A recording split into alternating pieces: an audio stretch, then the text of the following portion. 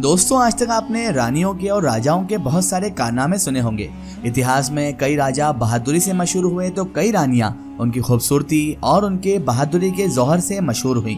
कई रानियां अपने जंगी जौहरों से, तो कई रानियां खूबसूरती से, तो कई रानियां अपनी खुददारी से मशहूर हुई। लेकिन आज हम आपको इस वीडियो में एक ऐसी रानी, एक ऐसी क्वीन के बारे में बताने जा रहे हैं जिसके बारे में जानकर आप खुद हैरान रह जाएंगे। आज हम आपको स्पेन की उस रानी के बारे में बताने जा रहे हैं। उनका इतिहास इतना ज़्यादा खास है और लगभग वो पूरे दुनिया के इतिहास में बहुत ज़्यादा मशहूर भी है, क्योंकि दोस्तों ये रानी खूबसूरत तो थी ही और यूरोपियन इतिहासकारों ने इसकी खूबसूरती की तारीफ तो की ही है, लेकिन इसके साथ साथ इसे एक बहुत समझदार, बहादुर और होशियार हुक्मरान भी बताया है। और इसी के साथ साथ स्पेन देश में इस रानी को आज भी एक हीरो के तौर पर देखा जाता है।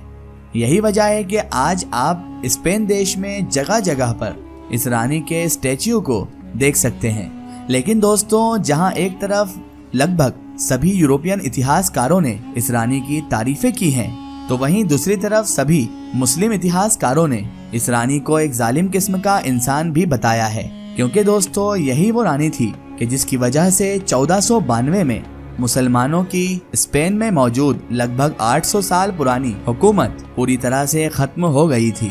न सिर्फ मुसलमानों की हुकूमत खत्म हुई थी, बल्कि लाखों लोगों को कत्ल भी कर दिया गया था। और साथ ही साथ इस रानी पर यह भी इल्जाम लगाया जाता है कि इसने बचे हुए लगभग सभी मुसलमानों को जुल्म से और जबरदस्ती से ईसाई धर्म में कन्वर्ट कर दिया था, यानी कि उनके जोर जबरदस्ती से उनका धर्म परिवर्तन कर दिया था। और इस वजह से ही लगभग कुछ सालों के अंदर ही पूरे के पूरे स्पेन देश में से ही मुसलमानों का नामो निशान मिटा दिया गया था। दोस्तों, हम बात कर रहे हैं कैस्टाइल की मलिका यानी इजाबेल के बारे में। दोस्तों, वैसे तो इजाबेल के बारे में इतिहासकारों ने अपनी अलग अलग राय रखी है, लेकिन इजाबेल से जुड़ी वो खतरनाक और हैरान कर देने वाली बात कि जिसे लगभग सभी के सभी इतिहासकारों ने भी सच माना है, वो ये है कि इजाबेल अपनी पूरी जिंदगी में सिर्फ और सिर्फ 2 ही बार नहाई थी। यानी अगर हम हिंदी में कहें तो इजाबेल ने अपनी पूरी जिंदगी में सिर्फ और सिर्फ 2 ही बार स्नान किया था। हैरानी की बात है, लेकिन सारे इतिहासकारों ने इसे सही भी बताया है। दोस्तों, इजाबेल से जुड़ी इस खतरनाक और हैरान कर देने वाली बात को अगर वर्ल्ड रिकॉर्ड भी माना जाए तो शायद गलत नहीं होगा।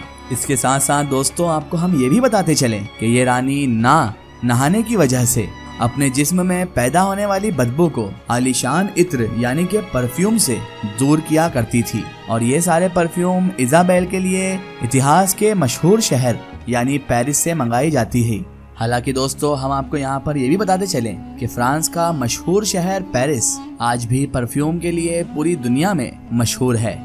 दोस्तों, अब आप लोगों के दिमाग में ये सवाल तो जरूर आ रहा होगा कि आखिरकार ये रानी अपनी पूरी जिंदगी में सिर्फ 2 ही बार क्यों नहाई थी, और आखिरकार ऐसी क्या वजह थी कि जिसकी वजह से ये रानी नहाने से दूर भागा करती थी और अपनी पूरी जिंदगी में सिर्फ 2 ही बार नहाई थी। तो दोस्तों, हम आपको यहाँ पर ये बताते चलें कि 15वीं सदी के जिस दौर में इजाबेल की स्पेन के एक शाही घराने में पैदाइश हुई थी, ये वो दौर था जब पूरे स्पेन इलाके में रोमन कैथोलिक मजहब का बोलबाला हुआ करता था।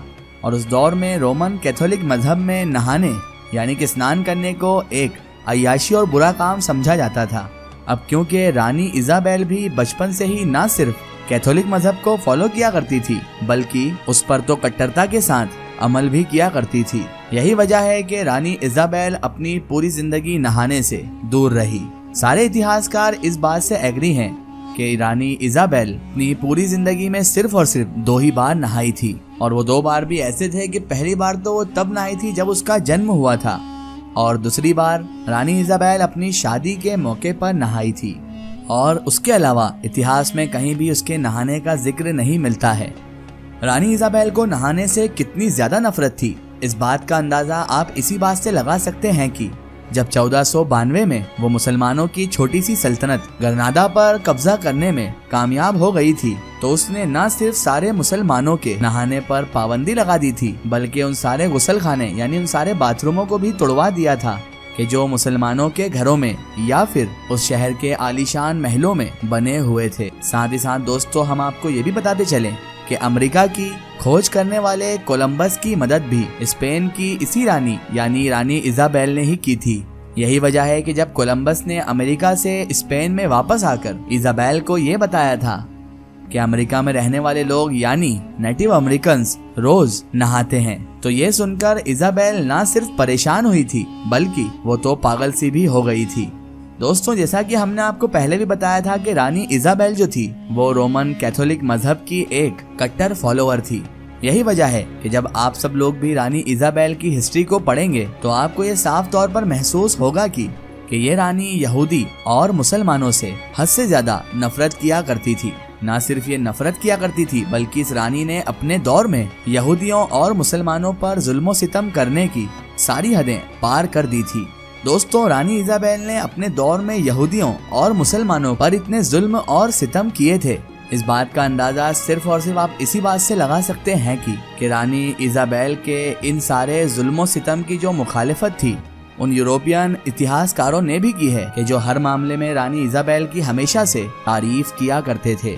दोस्तों, 1451 में जब इजाबेल स्पेन में पैदा हुई तो ये वो दौर था जब स्पेन में मौजूद मुसलमानों की इकलौती यूरोपियन हुकूमत धीरे धीरे खत्म हो रही थी। लेकिन दोस्तों, वहीं दूसरी तरफ सल्तनत उस्मानिया की शक्ल में अब एक नई सल्तनत भी मुसलमानों की यूरोप के अंदर घुस चुकी थी।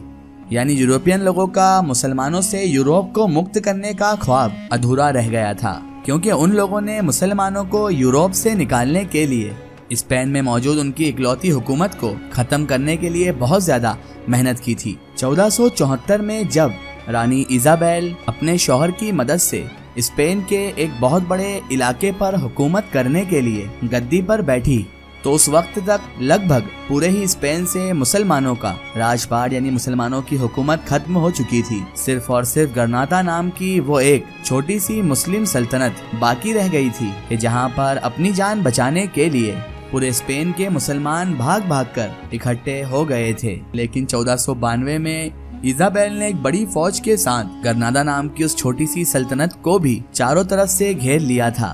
गरनादा नाम की उस सल्तनत का बादशाह बहुत ज्यादा कमजोर बादशाह था। उसने लड़ने की बजाय बड़े अदब के साथ अपने पूरे शहर की चाबियां रानी इजाबेल के हवाले कर दी थी। लेकिन दोस्तों, उस मुस्लिम बादशाह ने अपना शहर खाली करने से पहले इजाबेल से एक सुलहनामा भी लिखवा लिया था, जिस सुलहनामे में ये लिखा गया था कि किसी भी मुसलमान को कोई भी जानी या माली नुकसान नहीं पहुंचाया जाएगा और ना ही मुसलमानों की किसी भी मस्जिद को कोई भी नुकसान पहुंचाया जाएगा।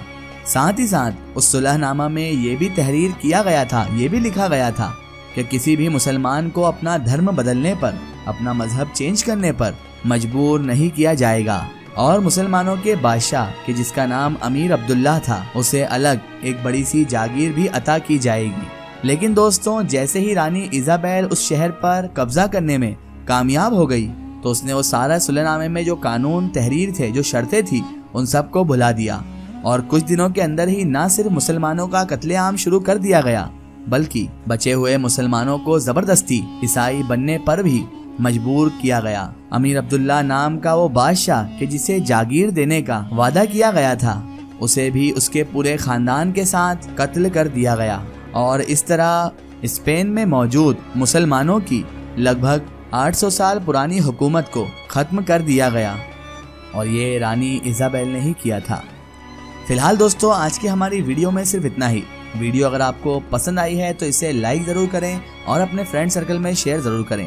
इसी तरह की इन्फॉर्मेटिव और हिस्टोरिकल वीडियो के लिए हमारे चैनल को सब्सक्राइब करें और बेल नोटिफिकेशन को लाजमी दबाएं ताकि हमारी हर आने वाली नई वीडियो की नोटिफिकेशन आप तक पहुंचती रहे।